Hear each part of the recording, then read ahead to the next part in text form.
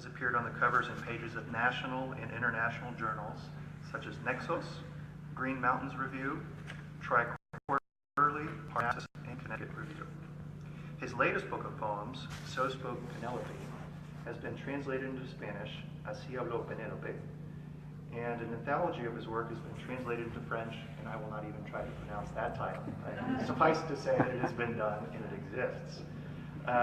He recently retired from the Department of Romance Studies at Boston University, and we're very happy to welcome Tino here to the San Antonio Public Library during Hispanic Heritage Month and in the site of what is to be the future home of the Latino collection of the San Antonio Public Library. Tino, welcome.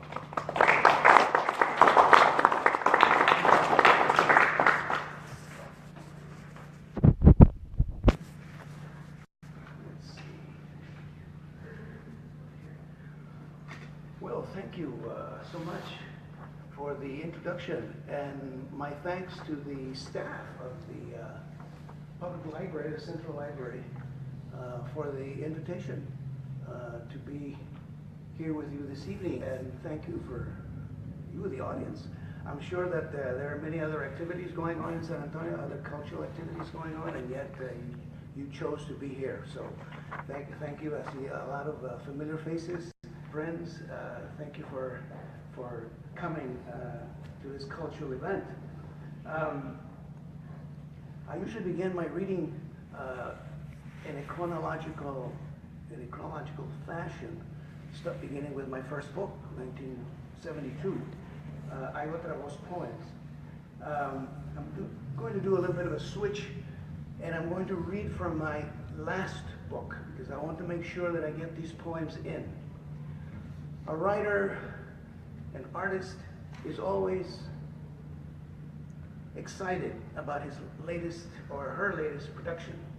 So if I were a sculptor or a photographer, I would be inviting you to a local gallery to share my photographs with you or my latest sculptures. And very excited about it after working very hard on sculptures or taking photographs. In my case, it's a book titled So Spoke Penelope. It has a Greek mythology theme, very unlike what I had done before.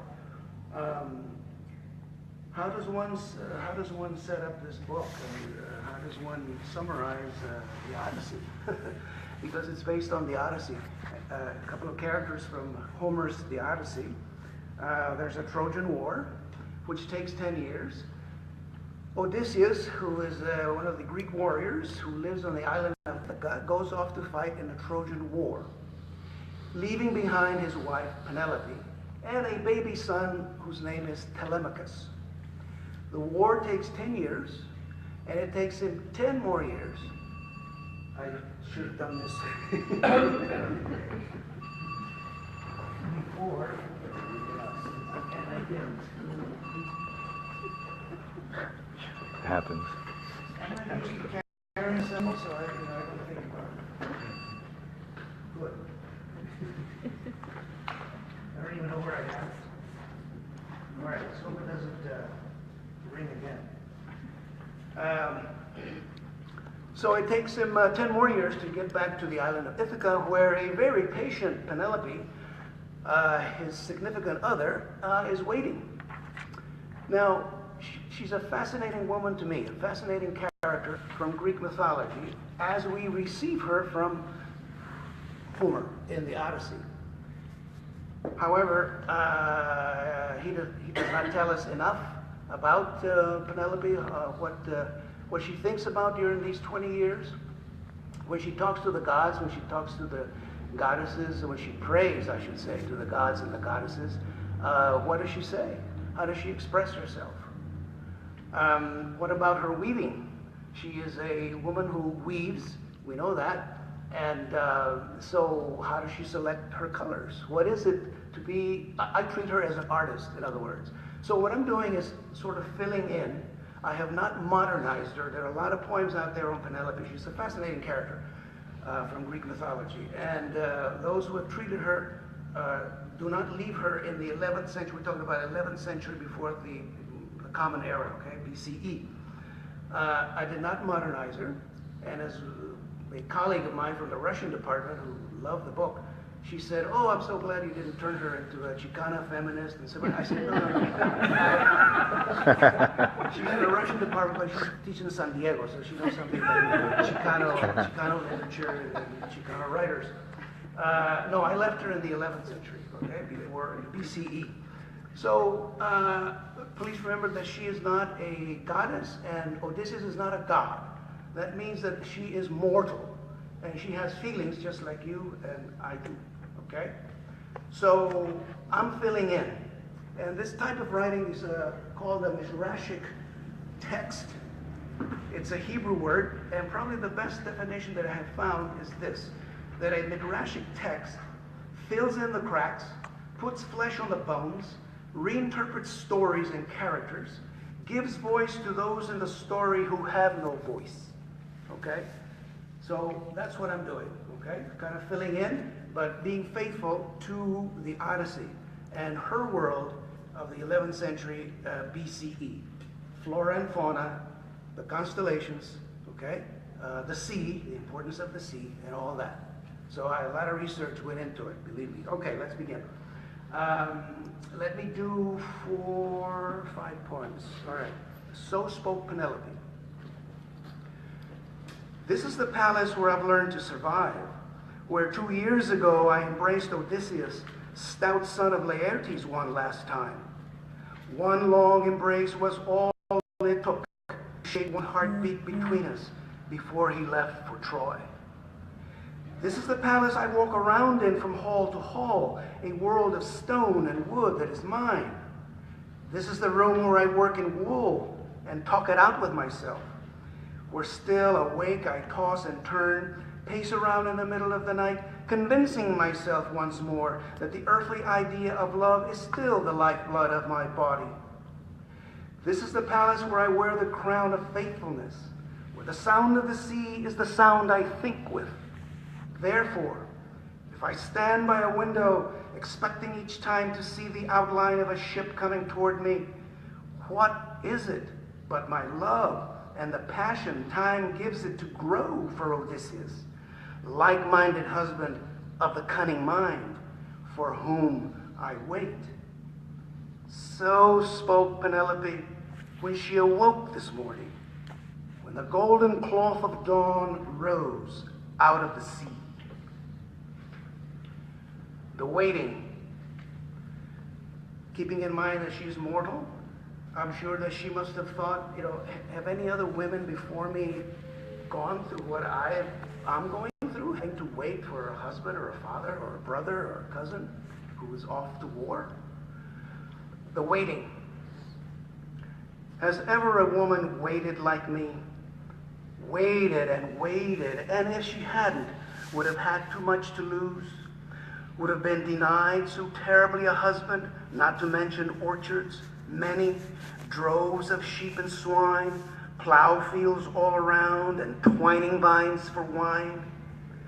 How many women, I wonder, have waited like me by the sea with a racing, caring heart? Women who waited, stood waiting, lay waiting like me. From where you are every night above me, tell me with your truthful mouth, sky god Zeus. Tell it clearly to me, Athena and Apollo, luminous gods and goddesses who inhabit the high halls of Olympus. How many women before me have waited like me? Come to me.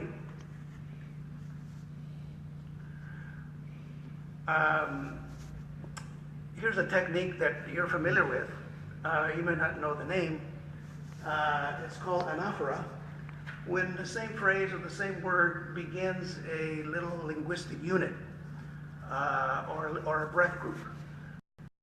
If you're familiar with the Bible, Ecclesiastes, the book of Ecclesiastes, chapter 8, verses 1 through 8. Something about there's a time to be born, a time to die, a time to weep, and you know that, okay? You've heard that, okay? It's not that the writer didn't have anything else to say. It's a technique. It's a rhetorical device. Okay? So, just as in my first poem, this is the place. Here you have it again. Come to me. Come to me in a faraway star. Come to me as a faraway star would reach me, Odysseus, husband whose love alone allays me. Come to me as a jolt of hope through darkness. Come to me as moonlight, or a bright sun, or simply as light from palace torches at night, cast upon the work of hands on wool, upon my loom. Come to me as glistening waves advancing evermore toward the shore. Come to me in whichever radiance of light you desire. Now then, the companion to anaphora. Oh, I'm throwing a lot of Greek terms around. We actually, all of us speak Greek because there's so many Greek words in the English and Spanish language, okay? And of course, Latin.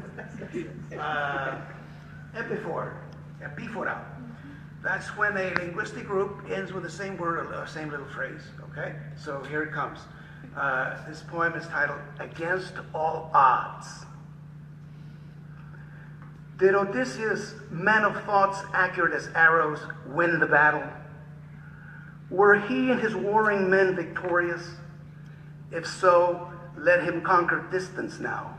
To Ithaca he must come back. 6 years it's been, and who now cares who started the war? Cannot the gods bring on all-out peace? Enough with this madness. I, Penelope, his wife, want him back. Was he captured, taken prisoner? Is he trapped in a deep-shaded forest, concealed in a cave, not knowing east from west? Against all odds, against whatever gods, he'd better make it back. On his homeward sail, was he blown off course by blasting gales, his ship lost in some outer world? May he use whatever stars are in him to turn around and get back.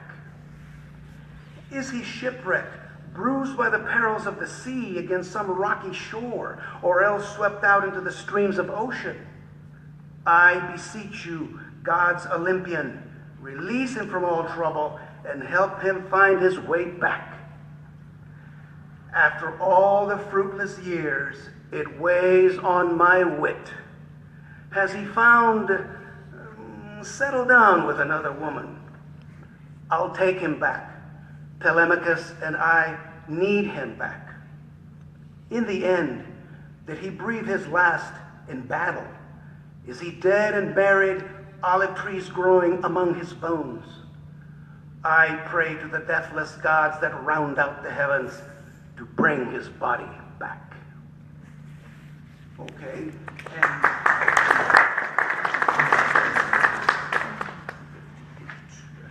Love Bound.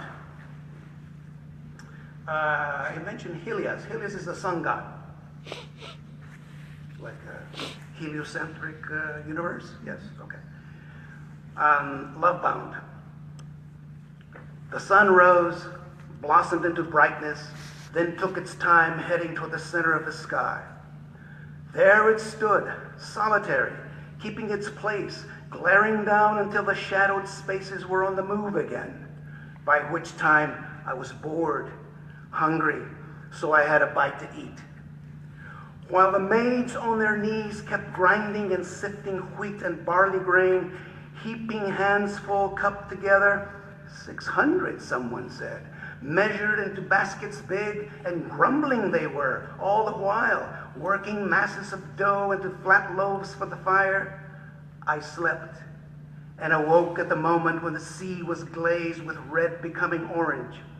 It was Helios, at the end of his run on the horizon's precipice, then was gone. In my room and around the palace, darkness abounds. My mind sitting in shadow when two thoughts come to light. That out of love bound together by whatever binds together love over time, I can wait for Odysseus, the man I like to think is mine alone. That whatever lives in me, I call love. True wife love kept deep in the bone, where only a wife can know it. That's a sampling of what I'm trying to do. 5 poems from So Spoke Penelope.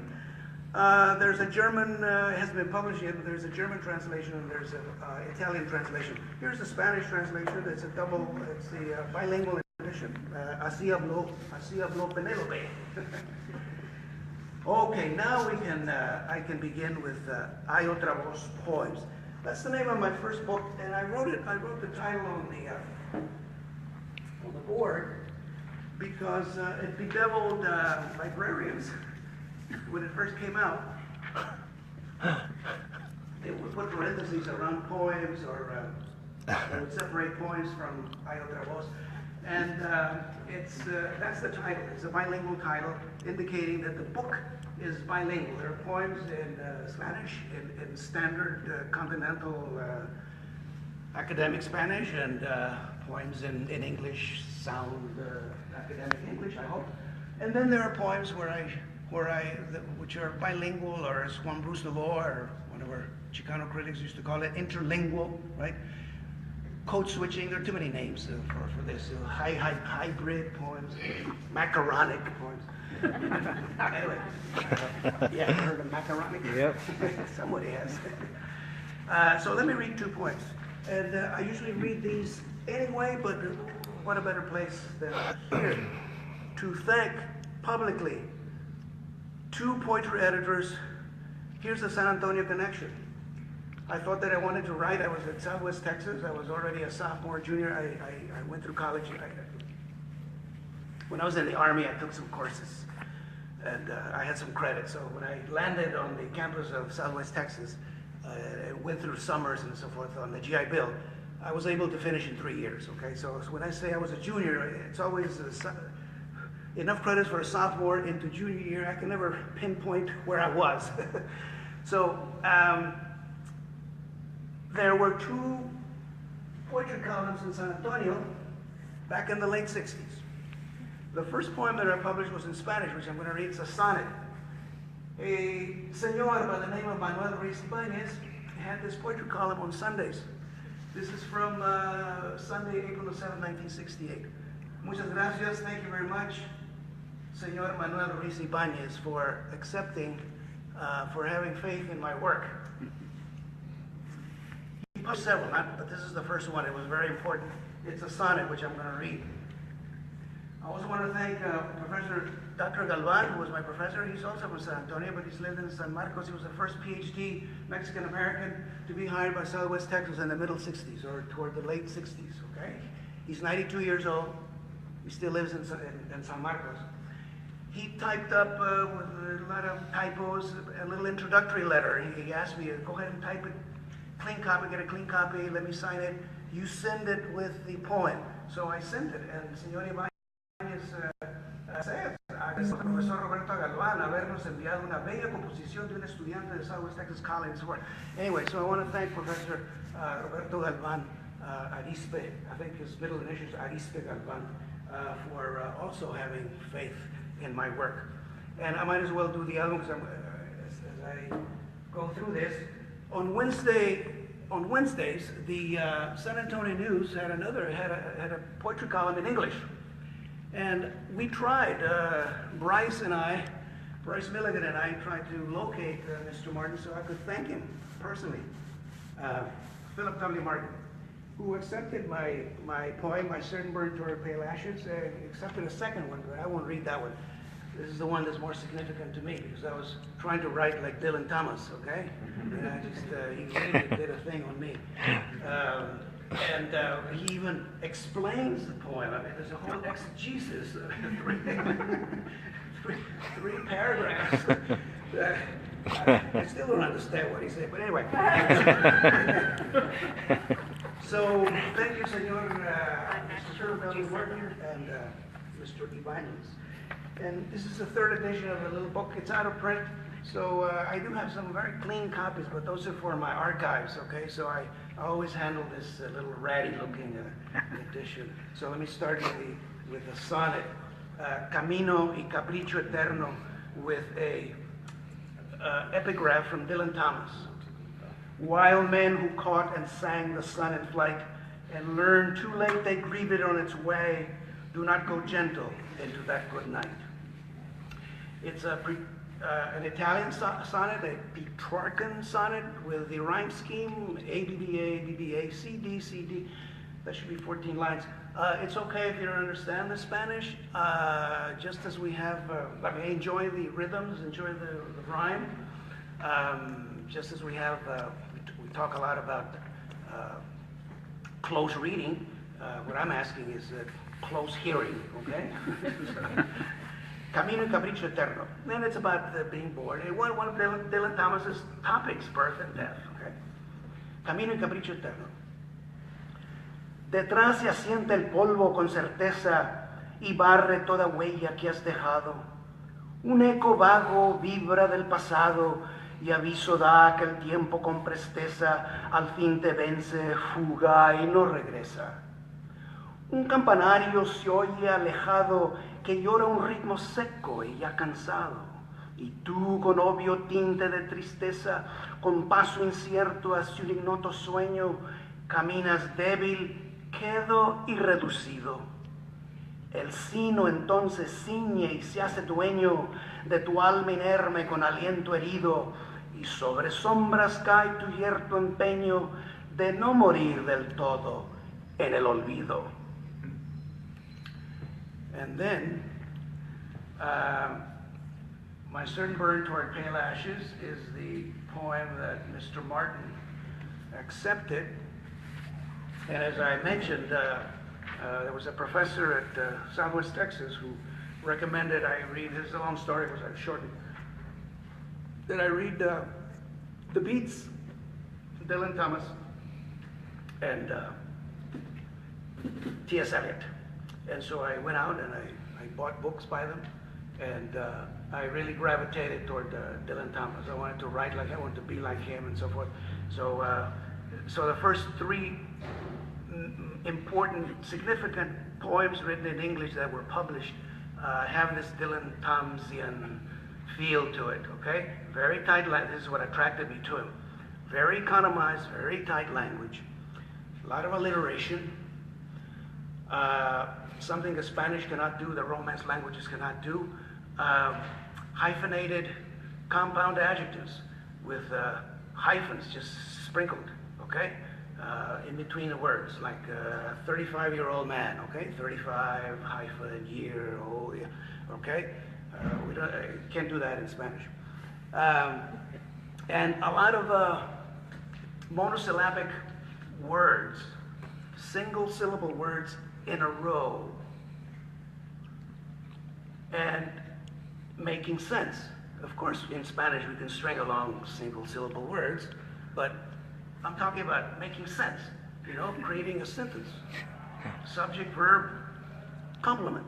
A nice Western sentence, okay? Spanish cannot do that, all right? So that's what I'm trying to do here. And I noticed that he would have 6 words in a row, single syllable, 10 in a row, 12, 14, found a poem that had 18 in a row. And that blew me away. I said, this is my guy. All right, My Certain Burn Toward Pale Ashes. My certain burn toward pale ashes is told by the hand that whirls the sun. Each driving breath beats with a quick pulsing face. My falling stride like sand toward decision drains heavy with fixed age. Each ghostly grain a step in time that measures tongues. My ruddy sea that streams to dryness bears bewildered its clay bone. Each vessel's roar at Godspeed drowns by force. My waking light began when the fertile lips spun my pulse, and I, with muted tongue, was drawn, destroyed from the making mouth into this mass. And held below by nature, the sweeping hand now turns my dust-bound youth. Tell the world that I was struck by the sun's grave plot. Now, I know that you weren't keeping count, but my poem ends with 19 monosyllabic words. Because, one always tries to beat up on the master, right? To top the master. And it starts after sweeping. Hand now turns my dust-bound youth, tell the world that I was struck by the sun's great play. I think it's 19 in a row, right? So, all right. Shaking off the dark. Shaking off the dark. I was just conversing with Bryce. He brought up something autobiographical that he knows about me. Up until the age of 17, I picked cotton. I come from a farm worker family.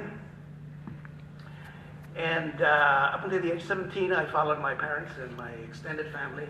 First around El Campo in Horton, if you know where that is, like 130 miles from Houston.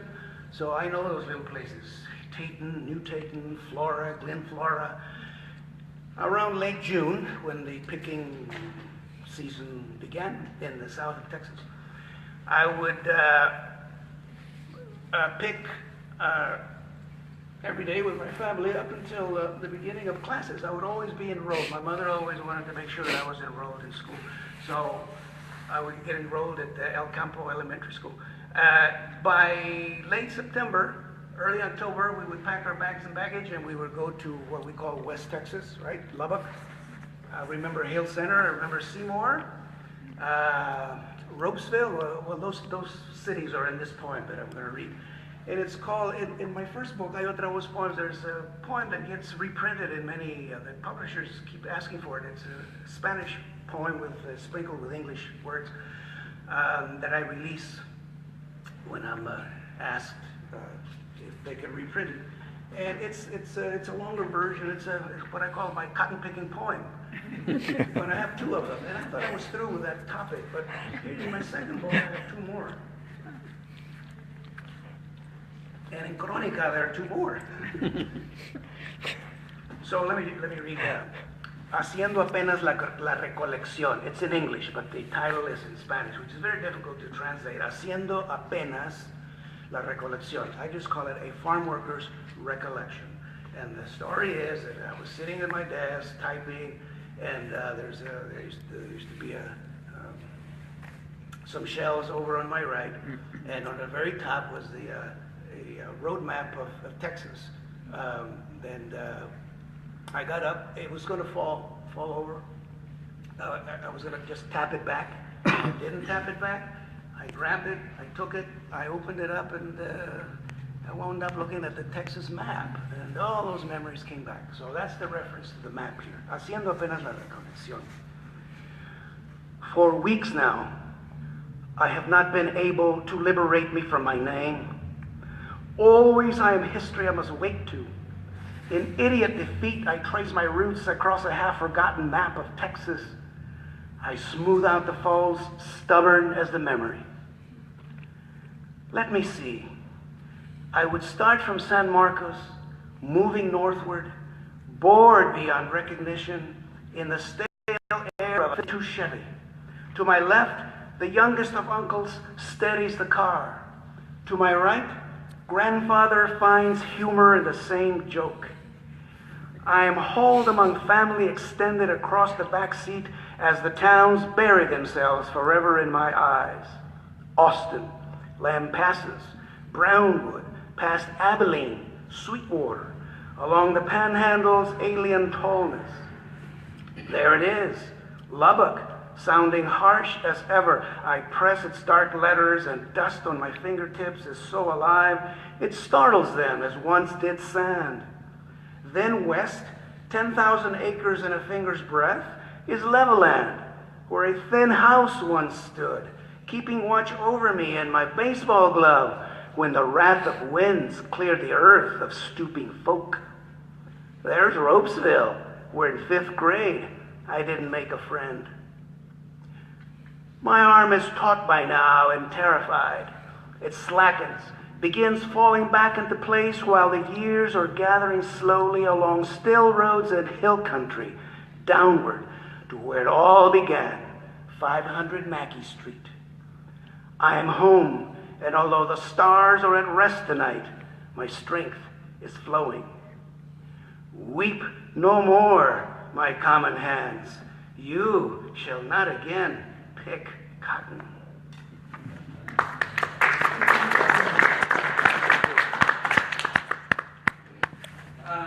When I read the following poem on the East Coast, I always have to explain what tamales are. I will not insult this audience by describing what they are. Now, the poem is titled before Variation on a Theme by William Carlos Williams. Those of you who know your American poetry will know that William Carlos Williams, there are certain poems by Williams that always get anthologized. I'm not thinking of The Red Wheelbarrow. So much depends on a red wheelbarrow. Glazed with rain beside the white chickens. Okay? That's one of his imagistic poems. The one I'm thinking about is the one that's titled, This Is Just to Say. And it has a run-on title. This Is Just to Say is the title. And it says, I ate the plums that were in the icebox and which you were probably having for breakfast. Forgive me. They were so sweet, so juicy, so cold. Okay? So, one evening, back in the late 70s, Boston University invited Kenneth Koch. He belongs to the New York School of Poets. And he did something that he called Variations on a Theme by William Carlos Williams. And they were very witty, so I thought I would try one. Let me read you two from Kenneth Koch. I chopped down the house that you had been saving to live in next summer. I'm sorry, but it was morning and I had nothing to do, and its wooden beams were so inviting. Another one. I gave away the money that you had been saving to live on for the next 10 years. The man who asked for it was shabby, and the firm March wind on the porch was so juicy and cold. All right, so I went home and I said I'll contribute to this genre with one poem. Variation on a Theme by William Carlos Williams. I have eaten the tamales that were on the stove heating and which you were probably having for dinner. Perdóname, they were riquísimos, so juicy and so steaming hot. All right.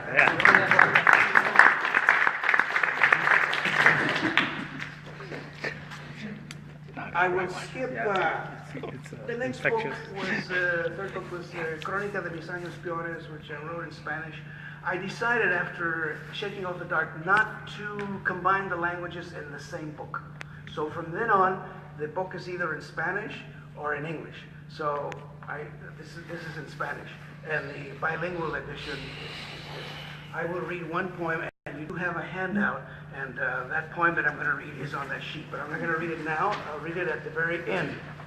So I just wanted to show. Oh, someone was asking about my artwork, and I don't really know what to talk about my artwork. But this is a mixed media, crayon, watercolor.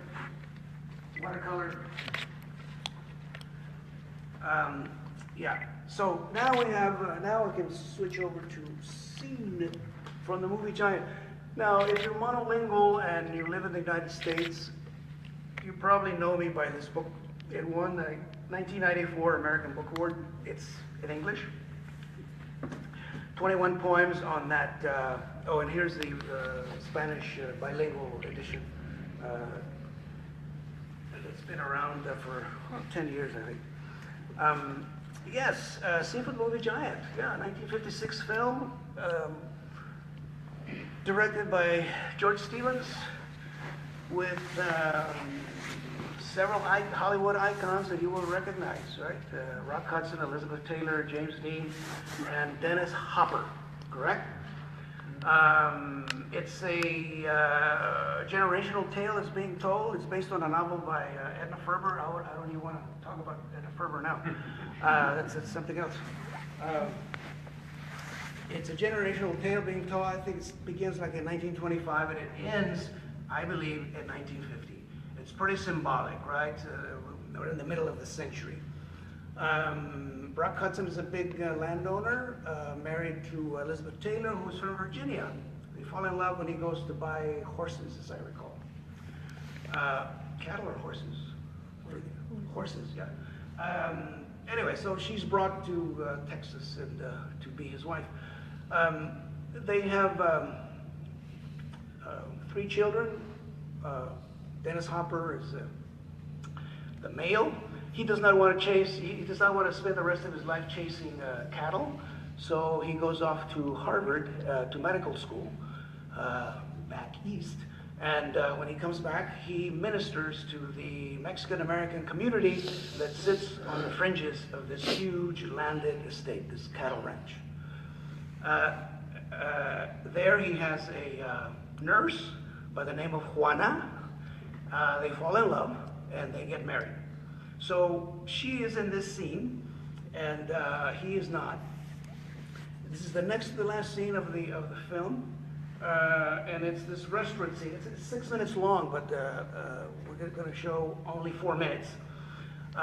They walk into this restaurant, and this you have to keep in mind that this is 8 years before President Lyndon Johnson signs the Civil Rights Bill, okay? So there were establishments that did not, hotels and restaurants, public accommodation, public facilities, where African Americans and Mexican Americans could not be served. So this is what the scene is about. It's a very gutsy scene because it's about America, it's about Texas, it's about race relations, it's about who has power, who doesn't have power, it's about good and evil. As you will see, the owner, tries to evict certain customers that come in to his establishment. He's already been nasty. In the 2 minutes that precede this scene, he's already been nasty too. When he sees Juana, and Rock Hudson says, and they have a little baby. It's Dennis Hopper's baby, okay? And Juana's baby. They ask for some ice cream for the little kid, and the owner, Sarge, says, ice cream?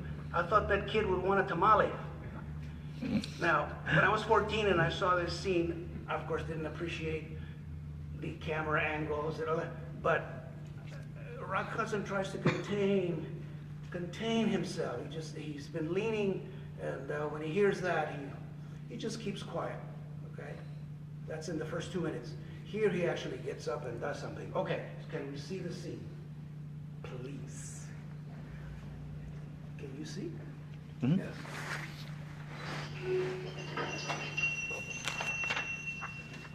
Am I covering you?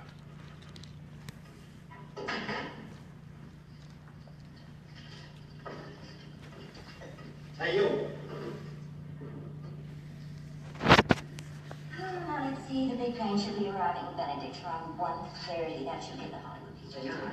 Buenos dias. You're in the wrong place, amigo. Come on, let's get out of here. Vamos, andale.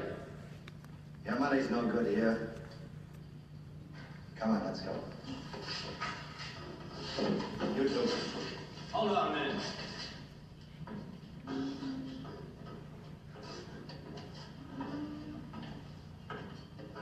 Yes? What do you want? Now, look here, Sarge. Sure appreciate it if you're a little more polite to these people. Oh, you would you? I'm Dick Benedict. Your neighbor, you might say. Does that give you special privileges?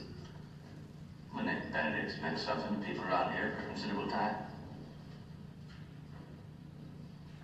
That moose down there. His name Benedict too?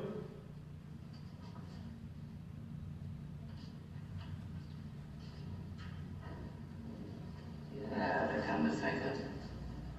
It is. All right, forget I asked you. Now you just go back over there and sit down and we're gonna have no trouble.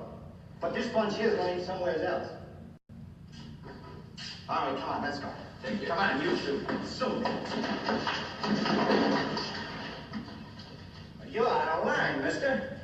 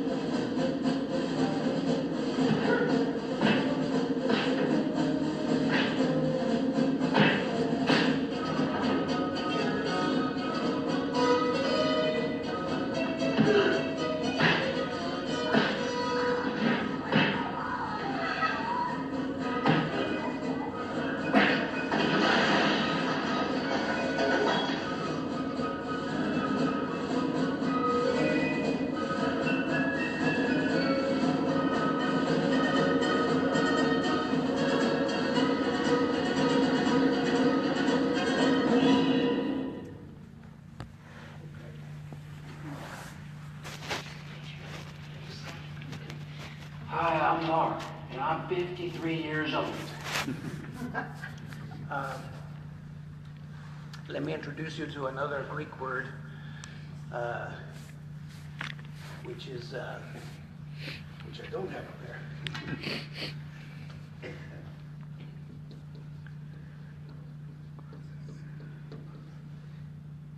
If the first book on Penelope was a midrashic book, this is an ekphrastic book, meaning that there is a verbal representation of a visual representation.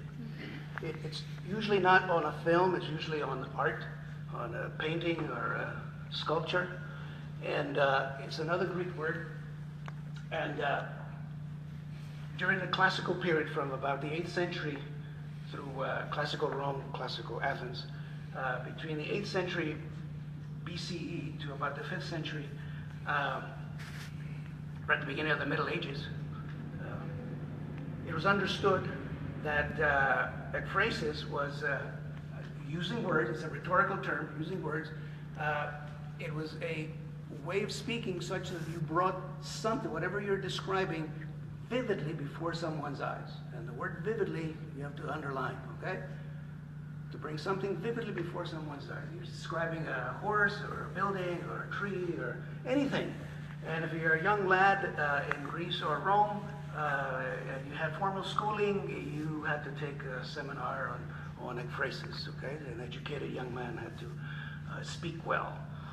If you were going to become a lawyer, you certainly had to take classes on ekphrasis.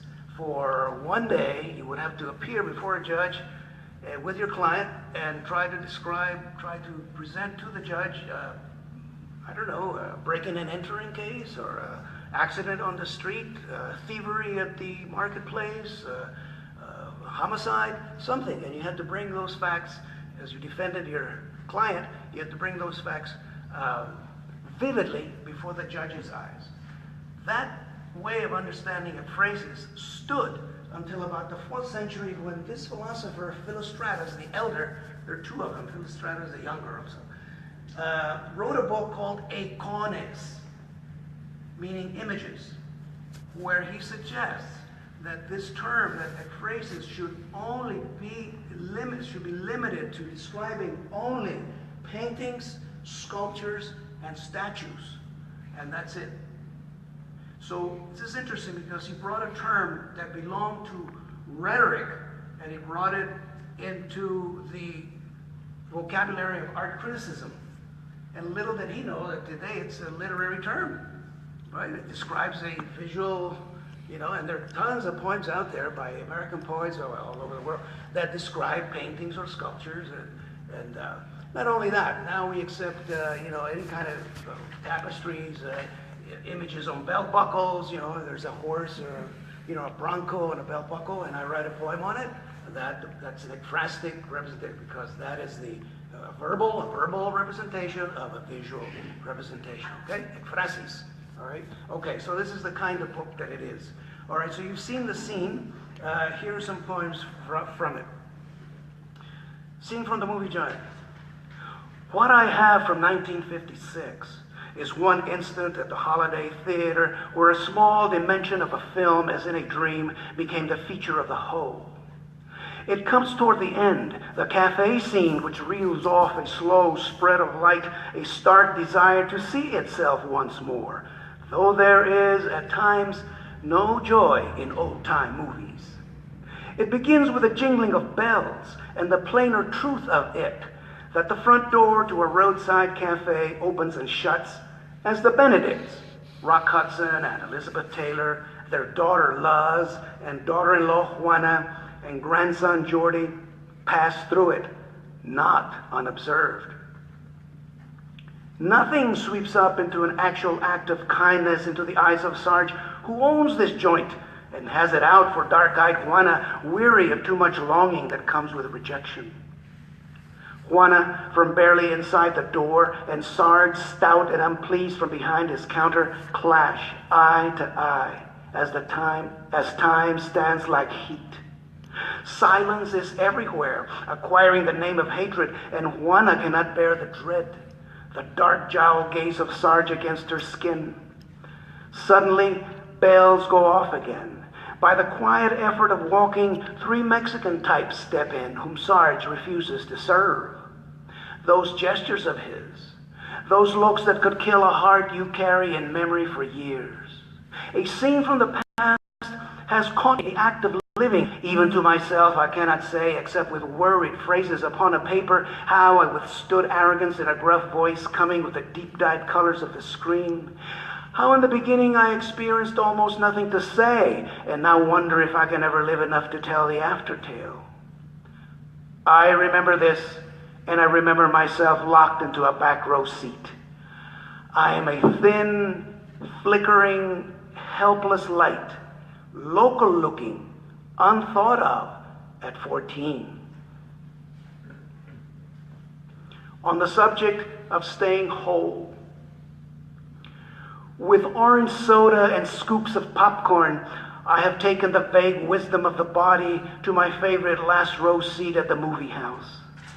It is 1956, and Sarge, keeper of the Lone Star House, Sarge, always Sarge, facing down everything from the screen.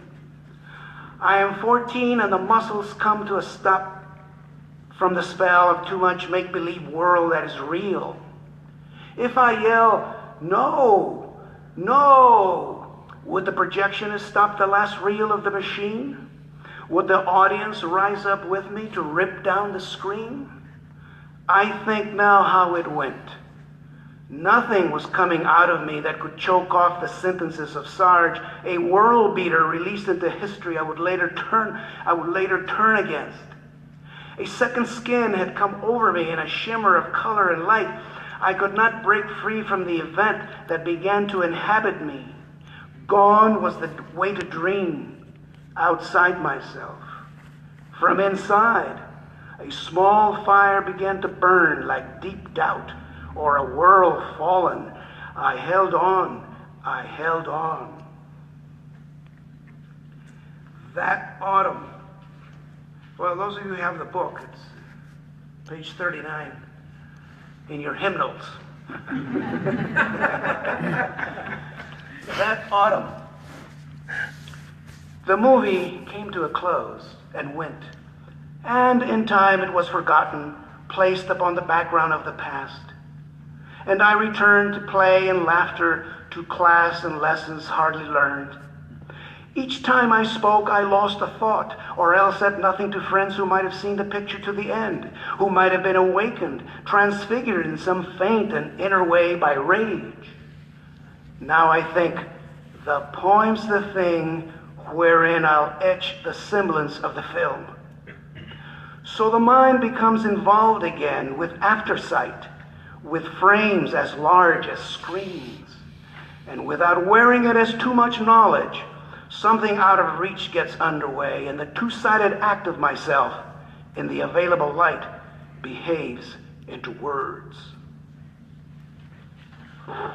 Okay, English majors, what did you hear in that poem that resonated with you? Hamlet. Thank you. Hamlet. Act 2, Scene 2. Right? Yeah. Okay, even if you've never read Hamlet, even if you're not planning to read Hamlet, you have to know this scene. Act 2, Scene 2. From Hamlet. Prince Hamlet suspects that his uncle Claudius has killed his father. One day, a traveling troupe of players come to the palace, to the castle. Traveling troupe of players are these actors that go around and perform. This is how they earn a living, go from town to town performing. So one day, a traveling troupe of players come to the castle, and they're going to perform a play. Hamlet, very shrewdly, writes a little scene that he's going to inject into the play. It's a murder scene. And at the moment of the murder, he's going to look over to Claudius to see if he gives it away. And what does Shakespeare say? What does Hamlet say in the words of Shakespeare? The play is the thing wherein I'll catch the conscience of the king. Okay? The play is a thing wherein I'll catch the conscience of the king. Okay? So I was in the middle of this poem, and I happened to be reading parts of Hamlet. And I said, all right, let me work with these lines. And all right, so I thought I was clever myself. The poem's the thing wherein I'll etch the symbolism of the film. Okay, fade out, fade in. All right, maybe I should just skip and go to the, I'll skip that one. But it gives you an idea of what I'm trying to do here. It's 21 poems. Okay? Again, memory. And my next book, since I have been dealing with memory, my next book is a chapbook. I didn't bring the this is the expensive one, a hardback. We have the little paperback for $5. But I like what the editor did. He ran like 250 copies off hardback, okay? But it's kind of expensive, so I bring the paperback. So I said, since I've been dealing with memory and writing, they go together, okay? Everyone here has memory, except that not everyone here is a writer. For a writer, memory is very important because it serves as a muse, okay? And the Greeks had the muse of memory, right? Mnemosyne. And there is a poem to Mnemosyne here, Mnemosyne. So, finally, we get to the handout. And I'm not going to read both of them. I'm going to read probably my favorite, which is Más la voz que el tiempo. And I'll read it in the original. After seeing from the movie Giant, it was time to write something in Spanish, so I did this chapbook in Spanish, 10 poems. And Lisa Horowitz, my translator, said, well, let me try. So we didn't have to wait for the translation to come out. We published it, in a bilingual format.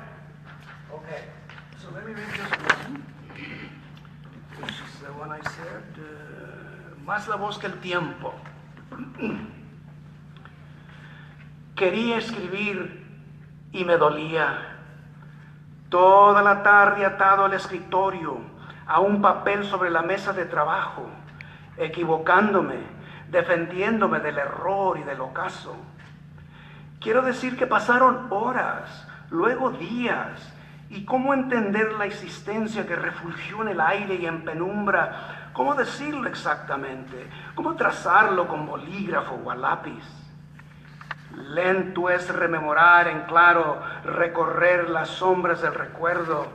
Ahí también está la vida.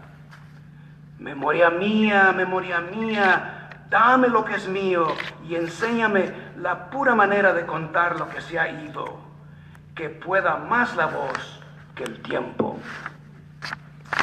Yeah, I still like it, and it's a wonderful translation also. It's such a wonderful translation that it makes me think of what Borges once said about translations, or the quality of translations. Have you heard this? He once said that sometimes the original is not faithful to the translation. That's how good. So you can take the sheet and you can read the other poem, Imaginé un papel, which is also my favorite. I will wind up the reading. If you'll flip the page over, this is the poem that I have picked from a chronicle, Crónicas de los Años Peores. It has a grim title. I call these the poems of lamentation, but there are also poems in here, it's 18 poems, of affirmation. Okay? So it's recalling my childhood, and they weren't my better years. So lamentation. But there are some poems of affirmation. Things turned out okay. I'm here with you. And there you are. Okay. Convocación de palabras. You will see, I'll read it, of course, in Spanish. You can follow the translation, and we'll wind it up. You will see some words in English. After high school, I wound up, another San Antonio connection. A furniture factory moved from San Antonio to San Marcos. I guess the owner got a nice tax break. I don't know. But this was very important. This is 1960. And I graduated in 1960. And I went to work there. Invariably, I would ask some of my other Mexican-American workers that were in the several parts of the factory. I was in the assembly section. when I would ask them, well, what did you do before working here? Invariably, they would tell me, well, we used to pack our bags and go do sugar beets in Colorado, or cherries up in Michigan, or scallions in Joliet, Illinois. Actually, my family went. I never went. My experience was only in Texas. But my family did go several times to Joliet, Illinois, to do pick tomatoes, cucumbers, and scallions. And to Toledo, Ohio, around Toledo, Ohio for betabel, sugar beets. So I did not want to be inhaling sawdust for the rest of my life. So my little dream was to work at the post office. So someone said, well, there's a civil service exam that you have to take, and there's math involved. There's a math section, and math and I did not get along very well in high school. Someone else said there's a section on analogies. And I said, what are those? So I looked it up and found out what they were. Another person said there's a vocabulary section. And when I heard that, I said, if I learn all the words in the dictionary, I have a crack at it. And I will score so high that it will get me over and I will pass the exam. So, what I'm telling you right now could have happened last weekend, because this was a life-changing moment. I remember it, that it, of course, changed my life. I was only trying to pass a civil service exam. Little did I know that some of these words, which I wrote in every word that I didn't understand, that I heard on the radio or on TV or in the newspaper, usually the sports pages from the Houston Post, because they had the best baseball coverage. That wasn't baseball, I haven't mentioned baseball. I wrote it down on these little libretitas that I had, and in pencil, write out the definition. So I collected, hundreds and hundreds and hundreds of words. I think I had a richer vocabulary back then at the factory, but with no one to practice the words. Anyway, that's another story. So when I was writing this book and I came to this poem, I looked, it's a homage to words, convocación de palabras. So I looked through those little libretitas, the 3 little notebooks, and I chose these words in English.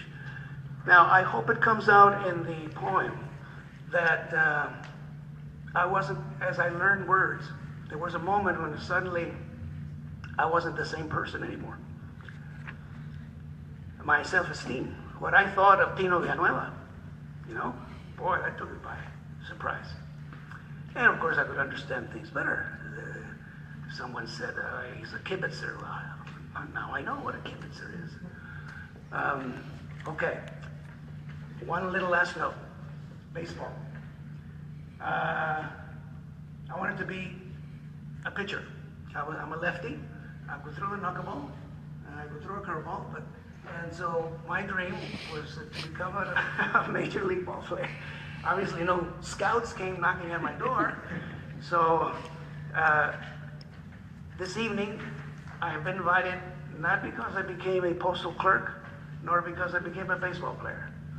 I've been invited here because I do something with words, and I hope that you have enjoyed, you take away something from this evening. Also, as you know, in this country, if you are proficient in a particular sport, you can sign a very lucrative contract, and from one day to the next, you're a millionaire, and you can transcend your miserable socioeconomic condition from one day to the next, whether you're a basketball player or whatever, baseball, football, better than I. So that's why I wanted to become a baseball player. Little did I know that what would save me, and one of the themes that runs through it is self-salvation. How a person, self-redemption, it's a trope. But you see it a lot in literature, okay? So what has saved me was not baseball or the postal system, but words, really education, okay, at the top, okay. So here we go, convocación de palabras. Yo no era mío todavía. Era 1960 y lo recuerdo bien porque equivocaba a diario el sentido de los párrafos. En la umbría de una tarde enmugrecida, con aire desvalido, asistí a la vergüenza de no entender del todo lo que el televisor estaba resonando en blanco y negro. Desharás me dije, las sanciones en tu contra.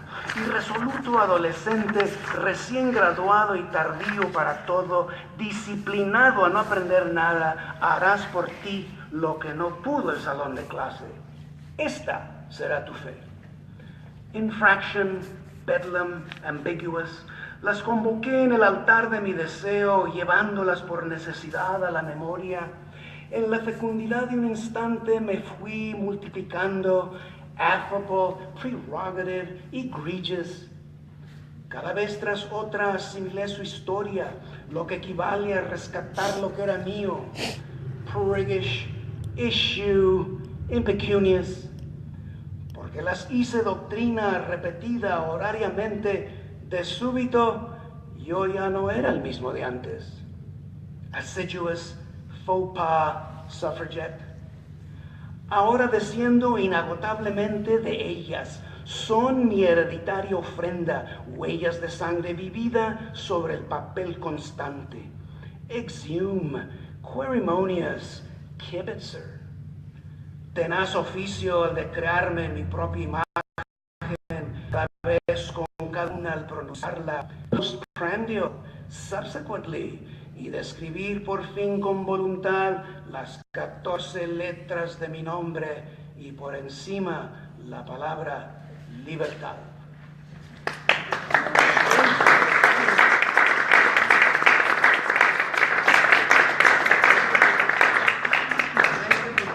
Very patient. And I will take comments, whatever you say, comments and questions. Yes, of course. Okay. Juanita? Okay. This is what I think is going on in the Penelope poems. And the Penelope poems? Yeah.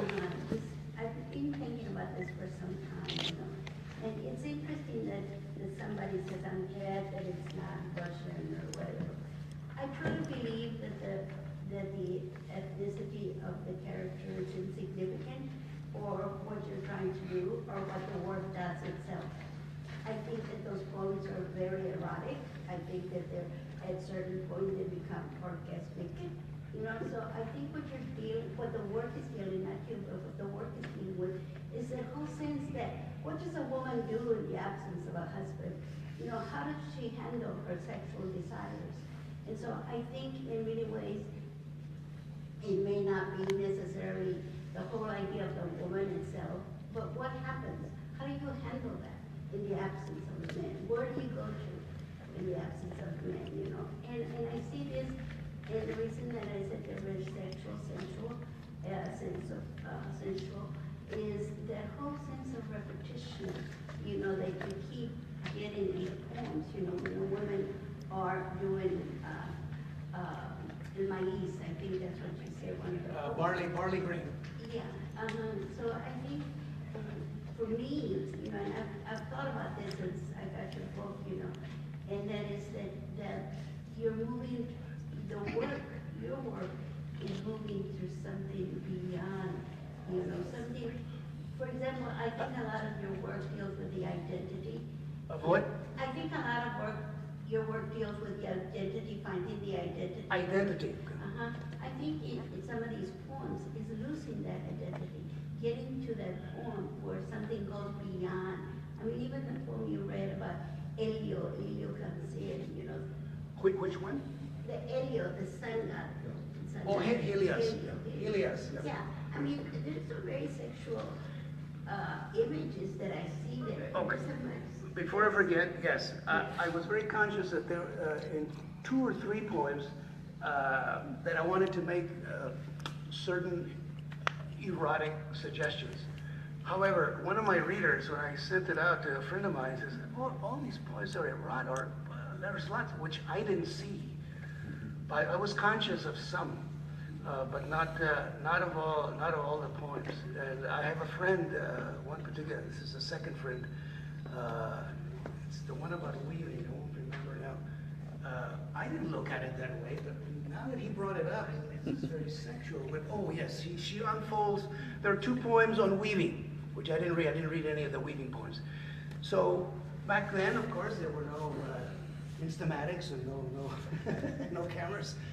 But she recalls Odysseus the last night that he spent with Penelope. So she weaves herself into, she's a weaver, with himself around the table and they're drinking wine. And so she has woven this and then she rolls it up. But when she wants to recall him, she unrolls the tapestry, or this cloth, a width of cloth, and very gently. And I didn't see it as erotic, but I'm afraid now I do. But when I wrote it, and I read it 100 times, they went through so many revisions. So that's true. Now the identity, I didn't, that I have nothing to say about. Then the reader, I cannot interpret, a writer should not interpret his own work. One can explain, but not interpret. Yeah, I mean, But thanks for the insights. Yeah, I'm still excited about the book. So I'm glad the first comment is on Penelope because, as I said at the beginning, an artist is always excited about the latest, paintings or photographic show, sculptures. In my case, it's poems. So. And remember one time when you were at my house and James was still awake, we asked you, or I asked you, as you said, okay, what's your next book? What's your next book about? You just finished,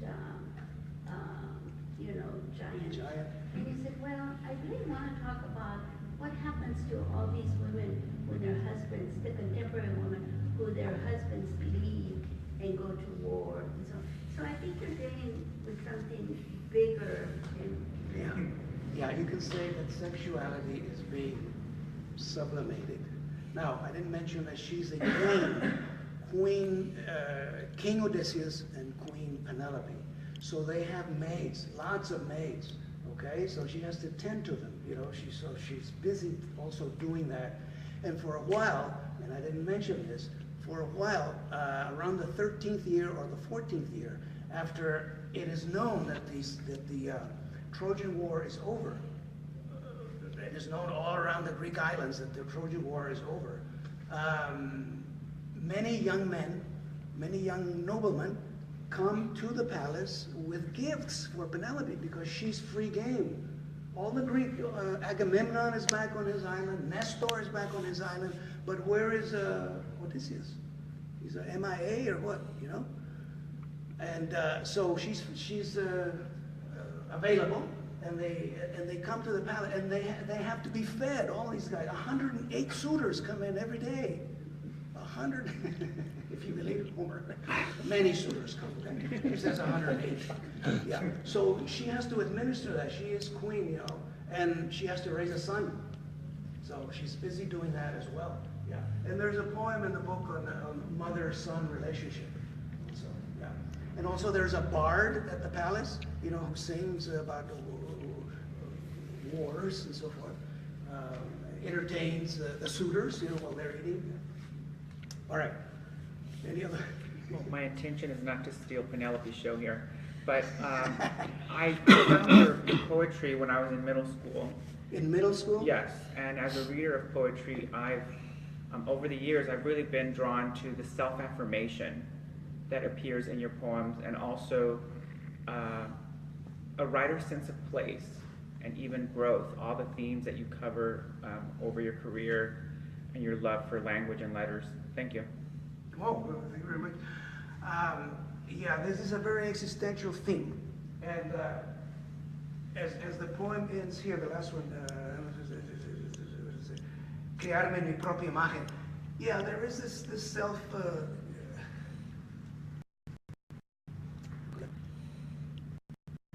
el hombre es a sí mismo. The person who starts from X and wants to become something else, and it's sort of an existential theme which runs through the book, through many of my books. That's true. Yeah. Thank you for being one of my better readers. Just a quick question. Yes. Why do you think this book was so popular, or why do you think you were recognized for this particular? You have to ask the editors who sat around the When table. you got the airplay or the feedback that there was a demand for it, how did you react to it? That was also a kind of life-changing because I started to get many more readings, and I started reading where I had never read before. I got invitations. What year are we talking about? It came out in '93, 90? but the award was not until March of '94. Okay.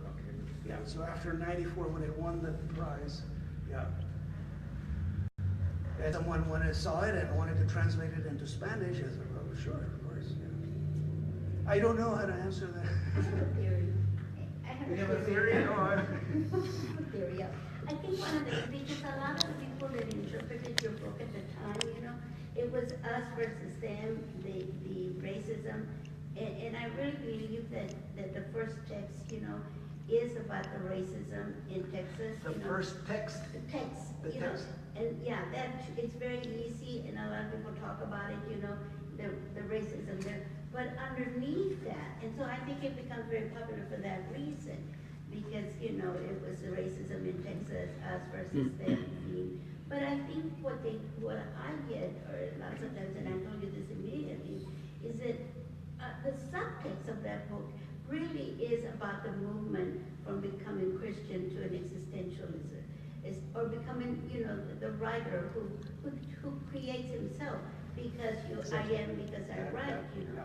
And that to me is. Who becomes a writer. Subtext. He's a little boy at the beginning, but he becomes a writer. I forgot to mention that the last two poems, that as I approach the last few poems, the movie is set sort of in the background. And what comes to the fore is this idea of memory and writing, how important that is. And the last two poems don't even mention the movie at all. It's about memory and writing. So you purchase the book, take a look at those last 2 poems. They have nothing to do. So I'm very conscious of that. Movie is set aside, and I'm stressing the power of memory.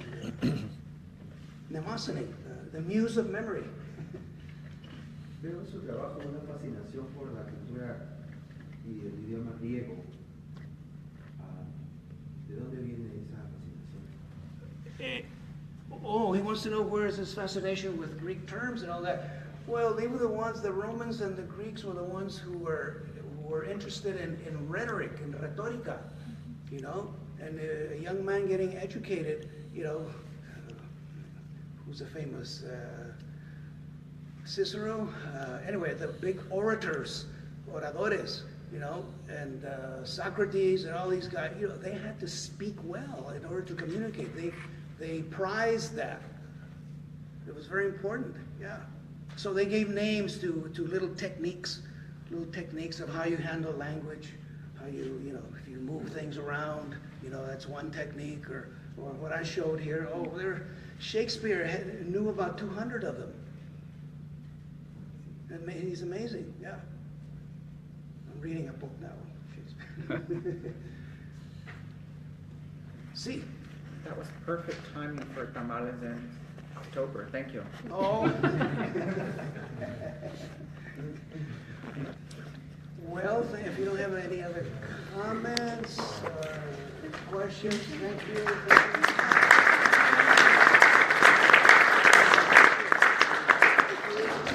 Thank you. And we'll still be selling books if anyone is We're interested in still, an opportunity. we're still selling books. Muchas gracias. Awesome. Yes. Many